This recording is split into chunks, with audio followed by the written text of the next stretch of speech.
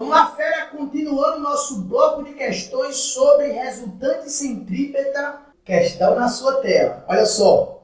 Joana foi a um parque de diversões com os pais. Quando foi ao carrossel, deixou seu ursinho que ganhou no jogo de pescaria no chão a 6 metros do centro do brinquedo.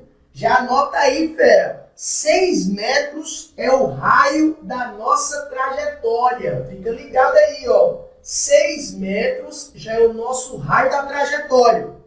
Quando sua mãe percebeu que o ursinho poderia sair pela tangente, o brinquedo começou a funcionar e ela não teve tempo de tirá-lo do local.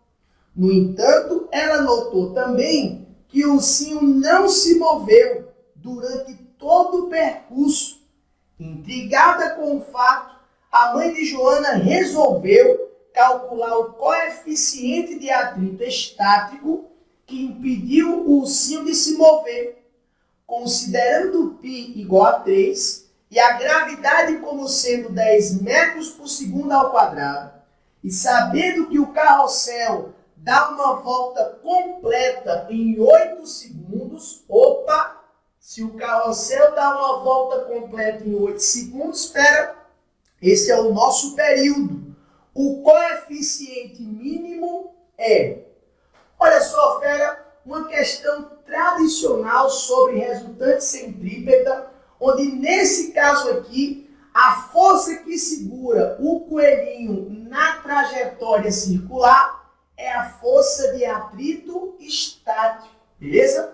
Para resolver essa questão, como ela pede o coeficiente mínimo, nós vamos considerar que o coelhinho ele se encontra na iminência do movimento. Então, nesse caso aqui, nós vamos pegar um recorte. O coelhinho se encontra lá na sua posição, a 6 metros do centro do carrossel, isso é o nosso raio. Sobre esse coelhinho atuam 3 forças. Na direção vertical, você vai ter a força peso, vertical e para baixo, e a força normal, vertical e para cima.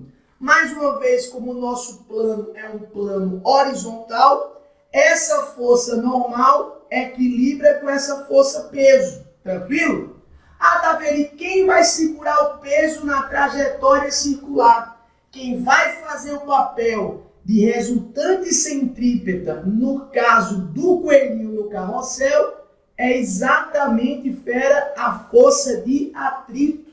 A força de atrito, ela que tem direção radial e está apontando para o centro do carrossel.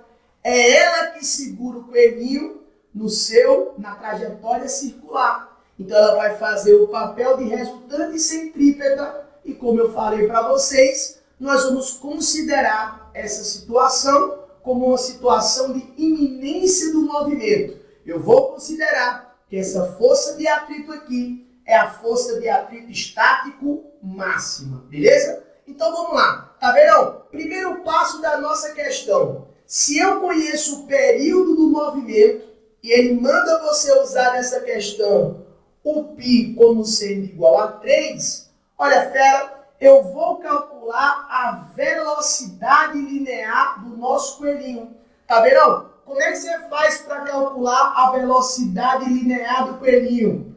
Como se trata de um movimento circular, ele completa uma volta sempre no mesmo intervalo de tempo.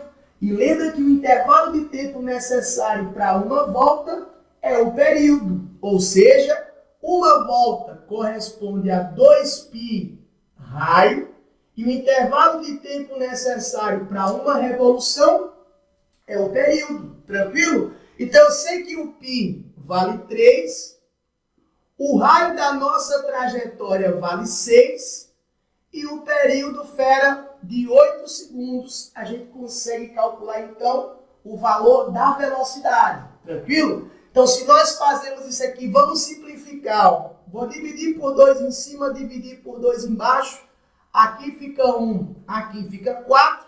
Vou dividir por 2 em cima, vou dividir por 2 embaixo. Aqui fica 3 e aqui fica 2. Conclusão, a nossa velocidade linear seria 9 sobre 2 metros por segundo. Eu vou deixar assim, fera, porque essa não é a nossa pergunta. Mas a velocidade linear do coelhinho, 9 sobre 2 metros por segundo. Tranquilo? Agora nós vamos atrás do coeficiente de atrito. Vamos lembrar que nessa questão, a força de atrito, ela faz o papel de resultante centrípeta. Mas tá vendo? Como é que nós fazemos para calcular a força de atrito estático máxima? Lembra, fera? A força de atrito estático máxima é o coeficiente de atrito vezes a força normal. E como é que eu faço para calcular a resultante centrípeta? mv² sobre o raio. Pronto, agora é só você substituir os valores e correr para o abraço. Lembrando que na direção vertical, a normal equilibra com a força-peso. Então, a intensidade da força normal tem o mesmo valor da intensidade da força-peso. Então, eu posso colocar aqui que a intensidade da força normal vale exatamente o produto mg. E aí, se você presta atenção, a gente não precisa da massa do coelhinho. Essa massa que aparece do lado esquerdo equilibra, cancela com essa massa que aparece do lado direito. Tranquilo? Então, eu vou ter que o nosso coeficiente de atrito estático vezes 10, isso é igual à nossa velocidade elevado ao quadrado, ou seja, 9 sobre 2 elevado ao quadrado, isso tudo sobre o raio, que vale 6. Tranquilo aqui?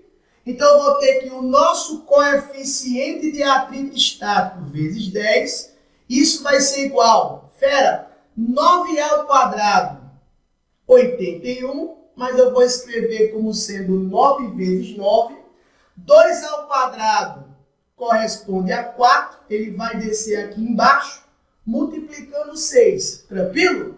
E aqui eu vou fazer uma simplificação. Olha só, eu vou dividir aqui por 3 em cima, vou dividir por 3 aqui embaixo. Aqui eu fico com 3 e aqui eu fico com 2, beleza? Então, se você faz isso aqui, nós vamos ter 3 vezes 9, isso me dá 27, tá vendo? 2 vezes 4, isso me dá 8.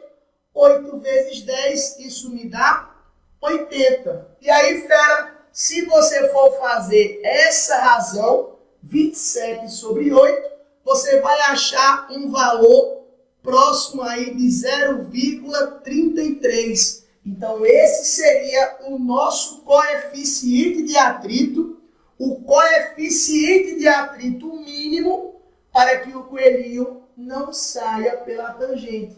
Seria um valor aí perto de 0,33. E se você volta para a nossa questão, a alternativa correta aqui seria a alternativa D. Um valor mínimo aí de 0,3 D de detonando no seu vestibular. Valeu!